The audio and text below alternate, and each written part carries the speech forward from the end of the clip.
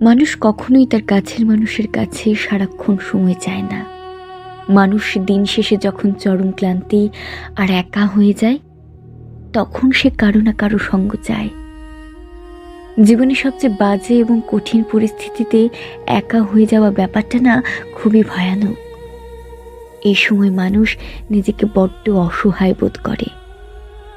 মানুষ অভিযোগ আর অভিমান তখনই করে যখন সে তার খুব প্রয়োজন আর অসহায়ত্বের মুহূর্তে তার খুব কাছের মানুষদের কাছ থেকে কিছুটা সময়ও পায় না। চারিদিকে শূন্যতা নিয়ে বাস করা মানুষগুলো জীবনের স্বাদ হারিয়ে ফেলে।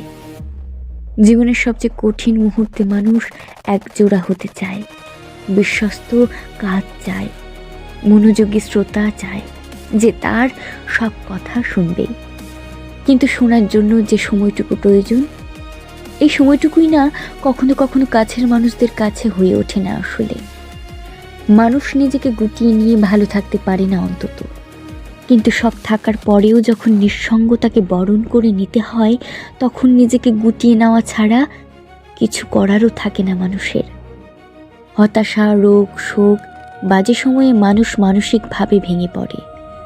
আর এই ভেঙে পড়া মানুষগুলো যখন তার কাছের মানুষদের কাছ থেকে সময় পায় না, সঙ্গ পায় না, মানসিক ভরসা পায় না, তখন তার মতো অসহায় পৃথিবীতে বোধহয় কেউ থাকে না।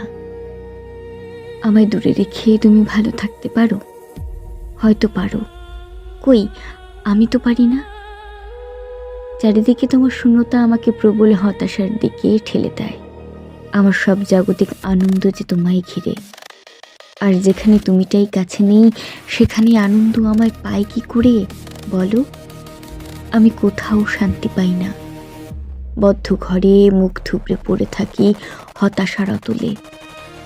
বিষণ্ণতা, মন খারাপ, একাকিত্ব, মাইগ্রেন আমার পিছু ছাড়ে না।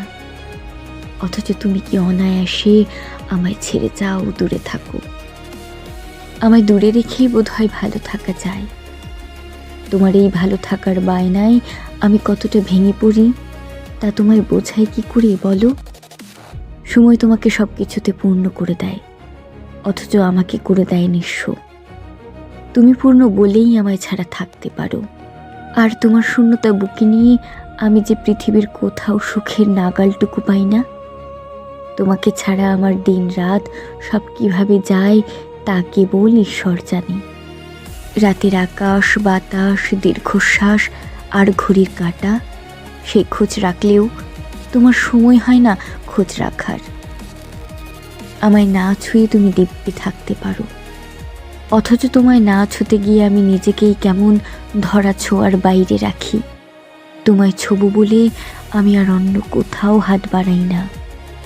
তৃষ্ণাত্ম ক্লান্ত হয়ে আমি অভুক্ত কাঙাল হয়ে থাকি। পৃথিবী দেখে না, তুমিও দেখো না।